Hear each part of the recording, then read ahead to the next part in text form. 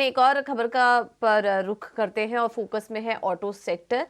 Auto sector को लेकर एक बड़ी खबर आ रही है। जल्द ही आपको ऑटो सेक्टर के लिए पीएलआई स्कीम में बड़े बदलाव देखने को मिल सकते हैं। इजी नाउ स्वदेश को सूत्रों के हवाले से जानकारी मिली है कि सरकार ने एक एक्सपर्ट कमेटी का गठन किया है।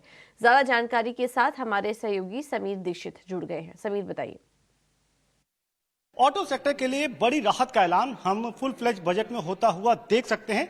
दरअसल ऑटो इंडस्ट्री पीएलआई स्कीम को लेकर के एक डिमांड लगातार सरकार के सामने रख रही थी। डिमांड यही थी कि फिलहाल जो पीएलआई स्कीम के तहत इंसेंटिव डिसबर्समेंट है वो सालाना होता है और इंडस्ट्री की डिमांड ये थी कि इसको क्वार्टरली किया जाए।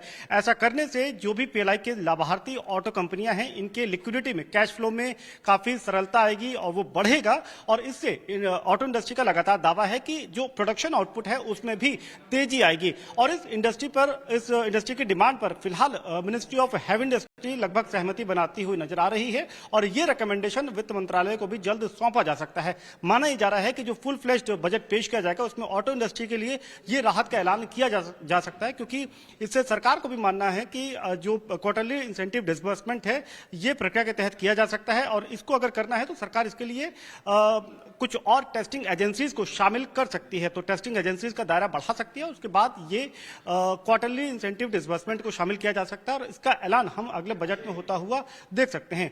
ऑटो सेक्टर के लिए जो पीएलआई स्कीम है इसका जो बजटीय आवंटन तकरीबन 26,000 करोड़ है और इस आवंटन के जरिए जो डोमेस्टिक प्रोडक्शन है सरकार को लगता है कि वो जबरदस्त रहेगा और क्वार्टरली इंसेंटिव से उसको और बल मिलेगा।